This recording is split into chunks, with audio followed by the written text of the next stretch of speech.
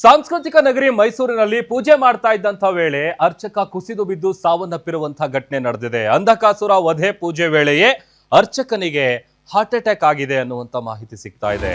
ನಂಜನಗೂಡಲ್ಲಿ ಪೂಜೆ ನಡೆಯುತ್ತಾ ಇತ್ತು.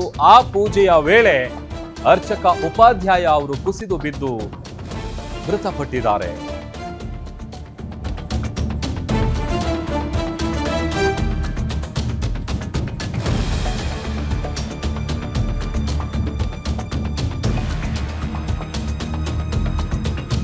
ಮೈಸೂರಲ್ಲಿ ನಡೆದಿರುವಂತಹ ಘಟನೆ ಇದು. ಅಂಧಕಾಸುರ ವಧೆ ಪೂಜೆ ಸಂದರ್ಭದಲ್ಲಿ ಅರ್ಚಕನಿಗೆ ಹೃದಯಾಘಾತ ಸಂಭವಿಸಿದೆ.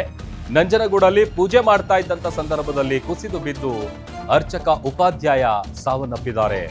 ಅರ್ಚಕ ಕುಸಿದು ಬೀಳುವಂತಹ ದೃಶ್ಯ ಮೊಬೈಲ್ನಲ್ಲಿ ಸೆರೆಯಾಗಿದೆ. ಹಾರ್ಟ್ ಅಟ್ಯಾಕ್ ಆಗಿ ಸ್ಥಳದಲ್ಲೇ ಕುಸಿದು ಬಿದ್ದು ಸಾವನ್ನಪ್ಪಿದ್ದಾರೆ. ಪ್ರತಿ ವರ್ಷ ನಂಜನಗೂಡಲ್ಲಿ ಈ ಅಂಧಕಾಸುರ ವಧೆ ಪೂಜೆ ಏನಿರುತ್ತೆ ನಡೆಯುತ್ತೆ. ಧನುರ್ಮಾಸದ ಸಮಯದಲ್ಲಿ ನಡೆಯುವಂತಹ ವಿಶೇಷವಾದಂತಹ ಪೂಜೆ ಇದು. ಆ ಪೂಜೆ ಮಾಡ್ತಾ ಇದ್ದಂಥ ಸಂದರ್ಭದಲ್ಲೇನೆ ಅರ್ಚಕ ಉಪಾಧ್ಯಾಯ ಅವರು ಹಾರ್ಟ್ ಅಟ್ಯಾಕ್ ಆಗಿ ಕುಸಿದು ಬಿದ್ದು ಪ್ರಾಣ ಬಿಟ್ಟಿದ್ದಾರೆ. ಆ ಫೋಟೋ ತೋರಿಸ್ತಾ ಇದೀವಲ್ಲ, ಇವರೇ ಅರ್ಚಕರು ಉಪಾಧ್ಯಾಯ ಅಂತ ಅವರ ಹೆಸರು. ಕುಸಿದು ಬೀಳ್ತಾ ಇರುವಂಥ ಸಂದರ್ಭ ಗಮನಿಸ್ತಾ ಇದ್ದೀವಿ. ಪ್ರತಿ ವರ್ಷ ನಡೆಯುವಂತಹದ್ದು ಧನುರ್ಮಾಸ ಟೈಮಲ್ಲಿ ಈ ವಧೆ ಪೂಜೆ ನಡೆಯುತ್ತೆ. ಆ ಪೂಜೆ ಮಾಡ್ತಾ ಇದ್ದಂಥ ಸಂದರ್ಭದಲ್ಲೇನೆ ಅವರಿಗೆ ಹಾರ್ಟ್ ಅಟ್ಯಾಕ್ ಆಗಿದೆ. ಹಾರ್ಟ್ ಅಟ್ಯಾಕ್ ಆಗ್ತಾ ಇದ್ದಂತೆ ಅಲ್ಲೇ ಕುಸಿದು ಬಿದ್ದು ಮೃತಪಟ್ಟಿದ್ದಾರೆ. ಈ ಬಗ್ಗೆ ಮತ್ತಷ್ಟು ಡೀಟೇಲ್ಸ್ ಅನ್ನ ಕೊಡ್ತಾರೆ ನಮ್ಮ ಮೈಸೂರು ಪ್ರತಿನಿಧಿ ಸುರೇಶ್. ದೂರವಾಣಿ ಸಂಪರ್ಕದಲ್ಲಿ ಜಾಯ್ನ್ ಆಗಿದ್ದಾರೆ. ಸುರೇಶ್, ಎಷ್ಟೊತ್ತಿಗೆ ನಡೆದಂತ ಘಟನೆ ಇದು? ಏನ್ ಮಾಹಿತಿ ಸಿಗ್ತಾ ಇದೆ? ಪ್ರಭು, ತಡರಾತ್ರಿ ನಂಜನಗೂಡಿನಲ್ಲಿ ನಡೆದಿರುವಂತಹ ಘಟನೆ ಅಂದ್ರೆ ನಂಜನಗೂಡಿನ ನಂಜುಂಡೇಶ್ವರ ದೇವಸ್ಥಾನದ ಆವರಣದಲ್ಲಿ ತಾರಕಾಸುರ ವಧೆ ಅಂತೇಳಿ ನಡೆದ ಅಂಧಕಾಸುರ ವಧೆ ಮೆರವಣಿಗೆಯಲ್ಲಿ ಈ ಘಟನೆ ಸಂಭವಿಸಿದೆ.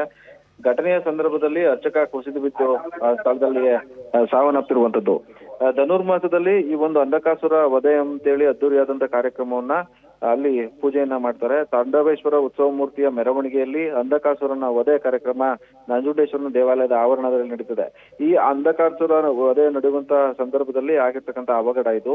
ಪೂಜೆಯಲ್ಲಿ ಭಾಗವಹಿಸಿದಂತ 45 ವರ್ಷದ ಅರ್ಚಕ ಉಪಾಧ್ಯಾಯ ಅನ್ನುವರು ಸ್ಥಳದಲ್ಲಿ ಕುಸಿದು ಬಿದ್ದು ಸಾವನ್ನಪ್ಪಿರುವಂತದ್ದು. ಪ್ರತಿ ವರ್ಷವೂ ಕೂಡ ನಂಜನಗೂಡಿನ ದೇವಸ್ಥಾನದ ಆವರಣದಲ್ಲಿ ಈ ತಾಂಡವೇಶ್ವರ ಉತ್ಸವ ಮೂರ್ತಿಯ ಮೆರವಣಿಗೆ ನಡೀತದೆ. ಅಂಧಕಾಸುರ ವಧೆಗೆ ಸಾಕಷ್ಟು ವಿರೋಧ ಕೂಡ ವ್ಯಕ್ತವಾಗಿತ್ತು ಹಲವು ವರ್ಷಗಳಿಂದ.